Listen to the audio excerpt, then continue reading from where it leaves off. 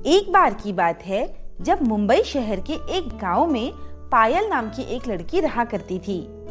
पायल अपने माता पिता के साथ बहुत खुश थी। पायल के पिता शहर में एक बड़े बिजनेसमैन थे और पायल की माँ शहर के एक बड़े स्कूल में टीचर थी। दोनों की नौकरी शहर में होने की वजह से वो दोनों अक्सर गांव से बाहर रहा करते थे। पायल के माता पिता अक्सर अपने काम में बिजी रहते थे और वो पायल को ज्यादा समय नहीं दे पाते थे। यही वजह है कि उन्होंने पायल की देखभाल करने के लिए घर में एक नौकरानी रख रखी थी। पायल को अपने माता पिता के पैसों पर बहुत घमंड था। वो अपने माता पिता के पैसों को यूं ही उड़ाती रहती थी। माँ बाप के बिजी होने और दूर रहने के कारण पायल को एक अच्छी परवरिश नहीं मिल पाई थी। पायल बिल्कुल भी संस्कारी नहीं थी। उसकी आदतें और बोलचाल का तरीका ठीक नहीं था। बेवजह लोगों को बुरा भला कह देना, उनसे झगड़ा कर लेना, ये पायल की आदत में शामिल था। पायल को अक्सर अपने घर में अकेला ही रहना पड़ता था और वो अपने चिड़चिड़े और गंदे स्वभाव की वजह से किसी को अपना दोस्त भी नहीं बनाती थी। पायल के घर के पास ही शोभा नाम की एक लड़की अपने माता पिता के साथ रहती थी। शोभा के माता पिता गरीब थे, लेकिन शोभा बहुत समझदार, दयालु और संस्कारवान लड़की थी। शोभा एक छोटी सी झोपड़ी में अपने माता पिता के साथ रहती थी। पायल और शोभा एक ही स्कूल में साथ में पढ़ा करते थे।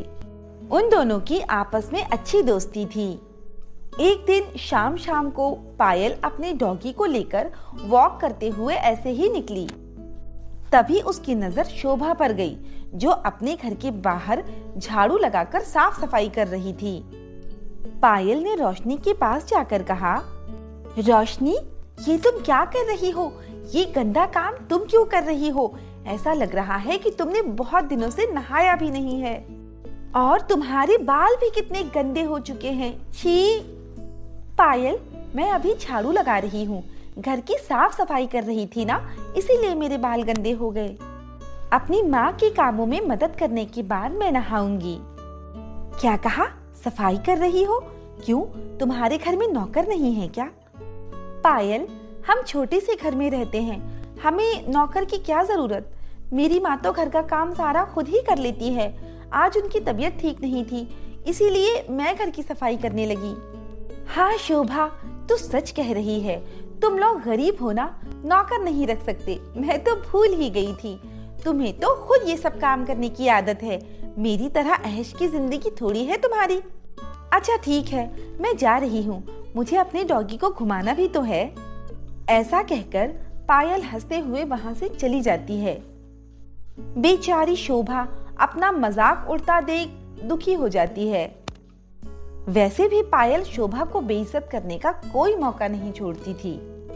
पायल को अपने पैसों के साथ साथ अपने माता पिता के नाम का भी बहुत घमंड था, परंतु शोभा अपनी सहेली पायल की किसी बात का बुरा नहीं मानती थी, क्योंकि वो जानती थी कि उसकी सहेली का स्वभाव तो बचपन से ही ऐसा है।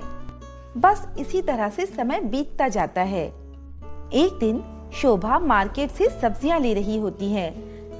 तभी पायल लाल फ्रॉक पहने उसके पास आती है और पास आकर वो शोभा से कहती है, अरे शोभा, देखो मेरी नई ड्रेस, मैं तुम्हें दिखाने आई हूँ। बताओ बताओ, कैसी लग रही है मेरी नई ड्रेस? हाँ पायल, ये तो बहुत सुंदर है। सच में तुम बहुत सुंदर लग रही हो इस लाल ड्रेस में। हाँ, ये मेरे पापा मेरे लिए अमेरिका से लाए हैं, बहुत महंगी है ये। हाँ सचमुच, तुम किसी राजकुमारी से कम नहीं लग रही हो। वैसे तुम भी तो कोई नई ड्रेस खरीद सकती हो, तुमने नहीं खरीदा क्या? पायल, तुम तो जानती हो ना कि हम बहुत गरीब हैं। हम तो 2 वक्त का खाना भी मुश्किल से खा पाते हैं, और वैसे भी मुझे नई ड्रेस की कोई जरूरत नहीं है।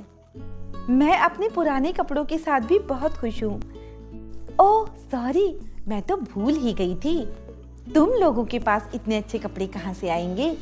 तुम लोग मेरी तरह अमीर नहीं हो ना। ठीक है, तुम पहनो अपने वही फटे पुराने कपड़े। पायल की कड़वी बातें सुनकर शोभा का चेहरा उदास हो गया। उसे पायल की बातों से बहुत दुख हुआ। ठीक है रोशनी, तो मैं अब चलती हूँ, ओके बाय। ऐसा कहकर पायल वहां से चली जाती है और बेचारी शोभा उदास मन से अपने घर आ जाती है। शोभा की माँ लता अपनी बेटी का उदास चेहरा देखकर बहुत दुखी होती है। वो समझ जाती है कि कोई ना कोई तो बात है जिस वजह से शोभा उदास है। नैना शोभा का मन अच्छा करने के लिए उसकी पसंद का खाना बनाती है। नैना खाना बनाने के बाद खाना परोसकर अपनी बेटी के पास जाती है और उससे कहती है, मेरी प्यारी बेटी, देखो मैंने तुम्हारे लिए अपने हाथों से तुम्हारी पसंद का खाना बनाया है, अब चलो जल्दी से खा लो। शोभा के चेहरे पर अब भी कोई मुस्कान नहीं आई थी। वो अभी भी यूं ही गुमसुम और उदास बैठी हुई थी। ये सब देखकर नैना अपनी बेटी से कहती है, क्या हुआ बेटी, तुम्हारा चेहरा इतना उदास क्यों है? आखिर तुम्हें हुआ क्या है? अगर कोई भी परेशानी है तो तुम अपनी माँ से बता सकती हो। नहीं माँ, ऐसी कोई बात नहीं है।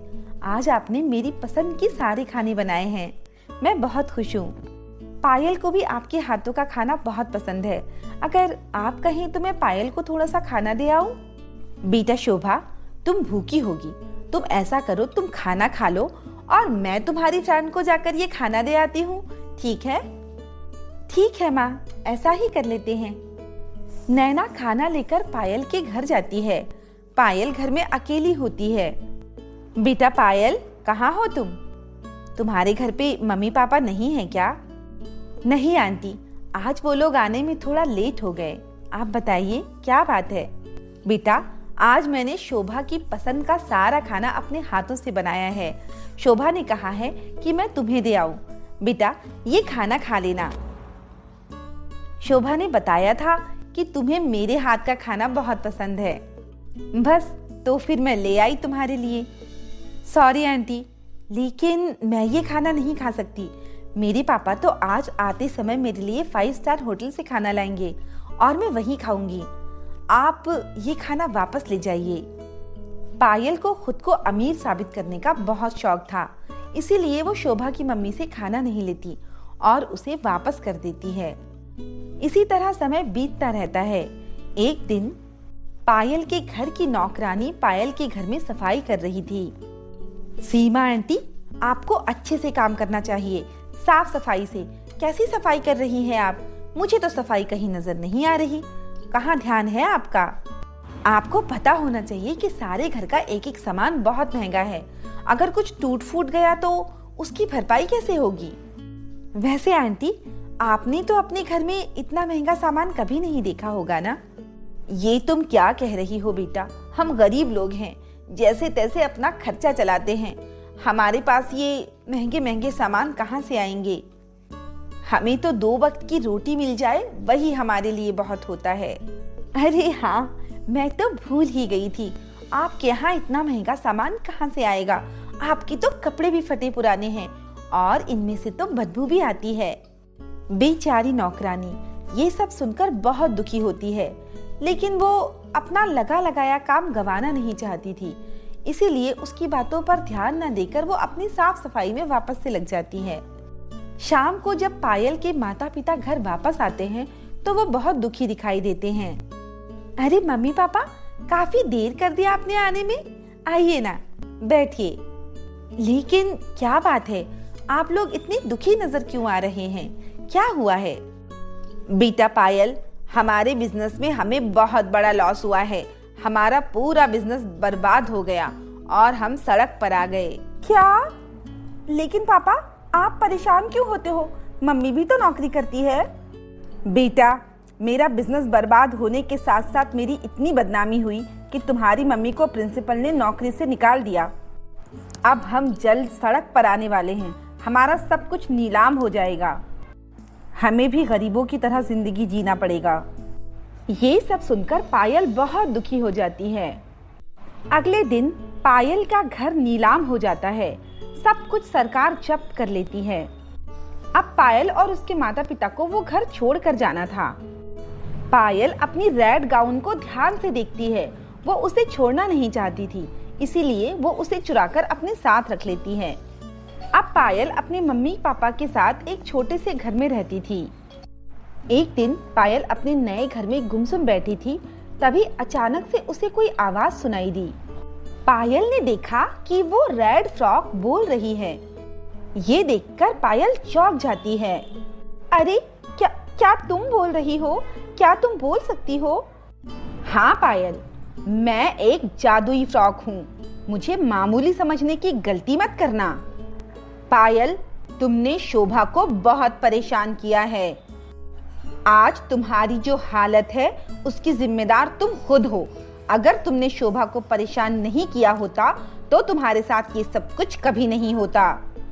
अब जिस तरह शोभा घर का काम करती है, अपनी माँ की मदद करती है, उसी तरह, बिल्कुल उसी तरह तुम्हें भी सब कुछ करना होगा।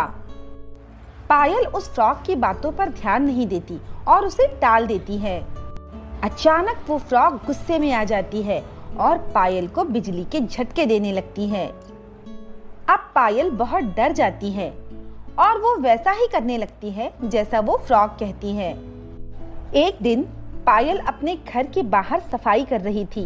तभी अचानक से शोभा पायल को ये सब करते हुए देख लेती है।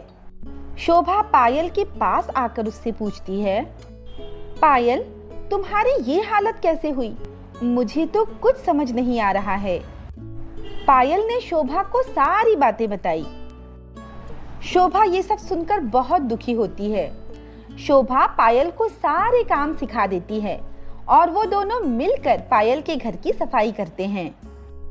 अब पायल पहले जैसी घमंडी नहीं रही थी और उसे अपनी गलतियों पर पछतावा भी था। अब वो शोभा के साथ मिलकर बहुत अच्छे से रहती थी और वो उसे परेशान भी नहीं करती थी। इस तरह पायल को पायल के किए की सजा मिल चुकी थी और उसके बाद वो फ्रॉक अपने आप गायब हो जाती है।